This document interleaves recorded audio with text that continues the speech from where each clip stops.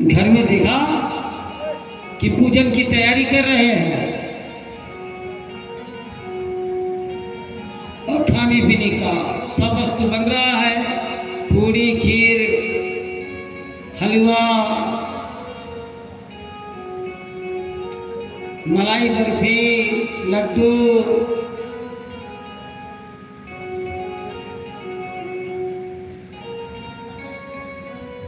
अनेक प्रकार के 56 प्रकार के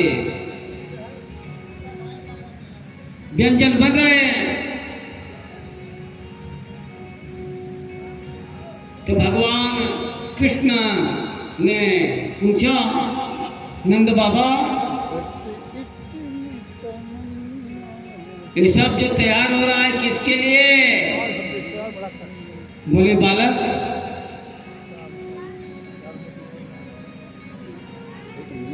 भगवान कृष्ण से कहा, बोले हम लोग इंद्र के पूजा की तैयारी कर रहे हैं।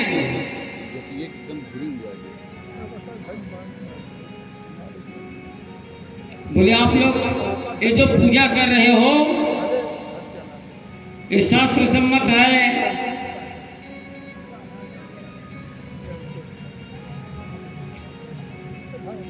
आचार्य द्वारा सम्मति प्राप्त है। इंद्र में अहम है, अभिमान है, ऐसा भगवान को आभास हो गया है। बोले आप किसकी पूजा करें? बोले इंद्र की पूजा की सब तैयारी हो रहा है कि पर्जन्यो भगवान इंद्रो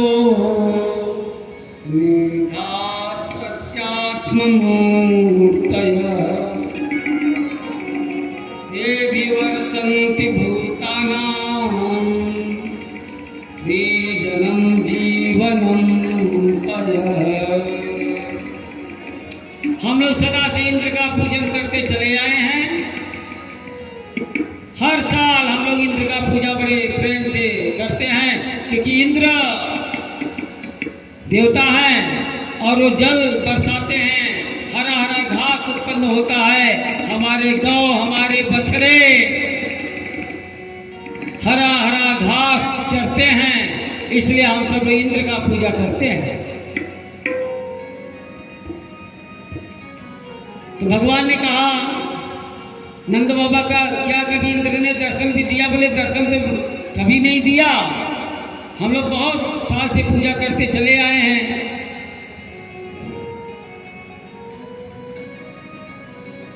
अगर वर्षा नहीं होगा तो सब चारा, हरा हरा चारा नहीं पैदा होगा, सब गाय भूखी मर जाएंगी। खाने के लिए बछड़े सब क्या खाएंगे? इसलिए हम लोग इंद्र प्रसन्न रहे ताकि बारिश होता रहे हमेशा और हरा हरा घास होता रहे, ताकि सभी गाय बछड़े सब खाएंगे। बोले बाबा कभी दर्शन दिया? बोले नहीं दिया।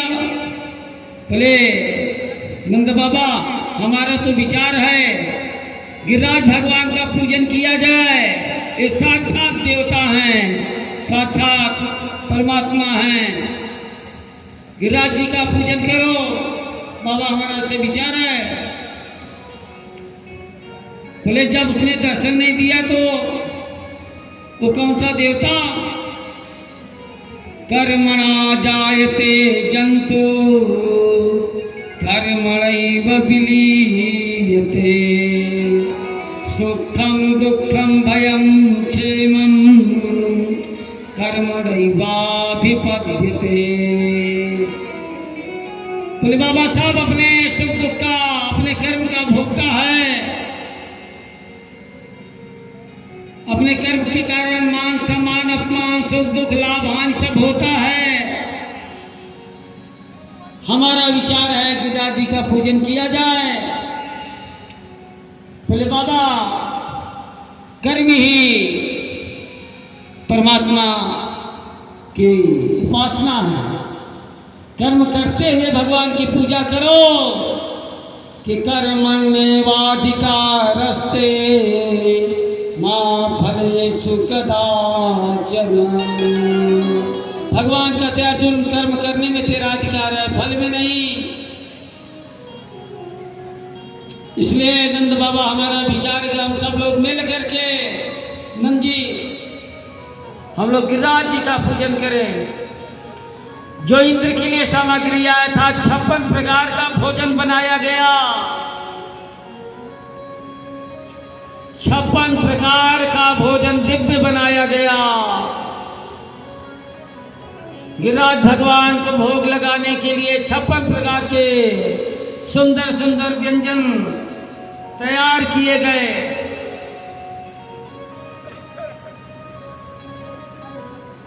छप्पन प्रकार का व्यंजन बना खाने के लिए, सब भगवान को प्रसाद चढ़ाने के लिए तैयार किया गया। जिंदगी में बिना भगवान को भोग लगाए भोजन मत करो। भगवान को 56 प्रकार का भोजन क्यों लगाया जाता है?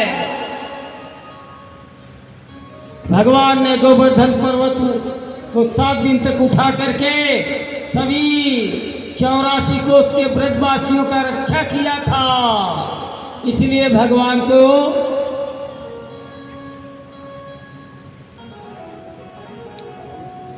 भगवान को 56 प्रकार का भोग लगाया जाता है। भगवान नहीं तो भोग लगाया जाता है। और 56 प्रकार का भोग भगवान को लगाया गया। भगवान को भोजन कराओ और भोजन करो तो भगवान को भोग लगा के ही भोजन करना चाहिए।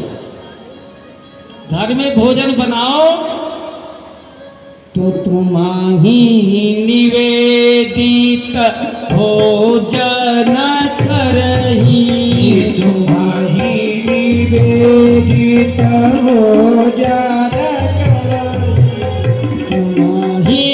निवेदित भोजन करही, तुम्हारी निवेदित भोजन करही। प्रभु प्रसाद पट भूषण धरही, प्रभु प्रसाद पट भूषण धरही। तुम्हारी निवेदित भोजन करही, तुम्हारी निवेदित भोजन करही।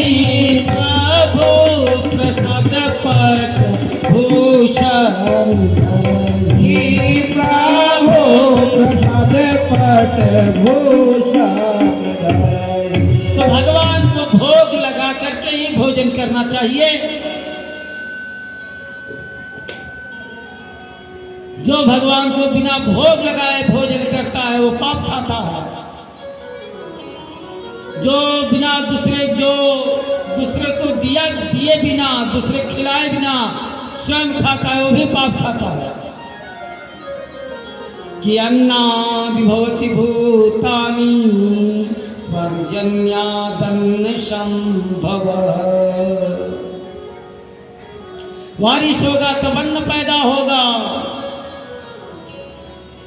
भगवान को बिना भोग लगाए भोजन नहीं करना चाहिए। जो परमात्मा को, ईश्वर को भोग लगा करके भोजन करता है उसे खाओगे तो आपका मन शुद्ध होगा, विचार शुद्ध होगा, अंतःकरण शुद्ध होगा। बिना स्नान किए भोजन मत बनाओ। अपने रसोई घर में चप्पल पहन के मत जाओ। ठंडी का महीना था, तेजगांव में सत्संग करने के लिए गए तो वहाँ घर के लोगों को देखा तो किचन में चप्पल पहन करके जा रहे थे भोजन बनाने। तो हमने कहा कि आप लोग चप्पल बना करके भोजन बना रहे हो? बोले हाँ स्वामी जी, किचन वाला चप्पल अलग है और बाहर जाने वाला चप्पल अलग है। बोले पैर ठंडा ठंडा हो जाता है ठंडी में ना, तो किचन वाला चप्पल अलग हम लोग रखे हैं घर में। तो आप लोग चप्पल पहन करके भोजन मत बनाओ। जैसा खाओगे अन्न वैसा बनेगा मन, जैसा बोलोगे वाणी, जैसे पियोगे पानी वैसा बोलोगे वाणी।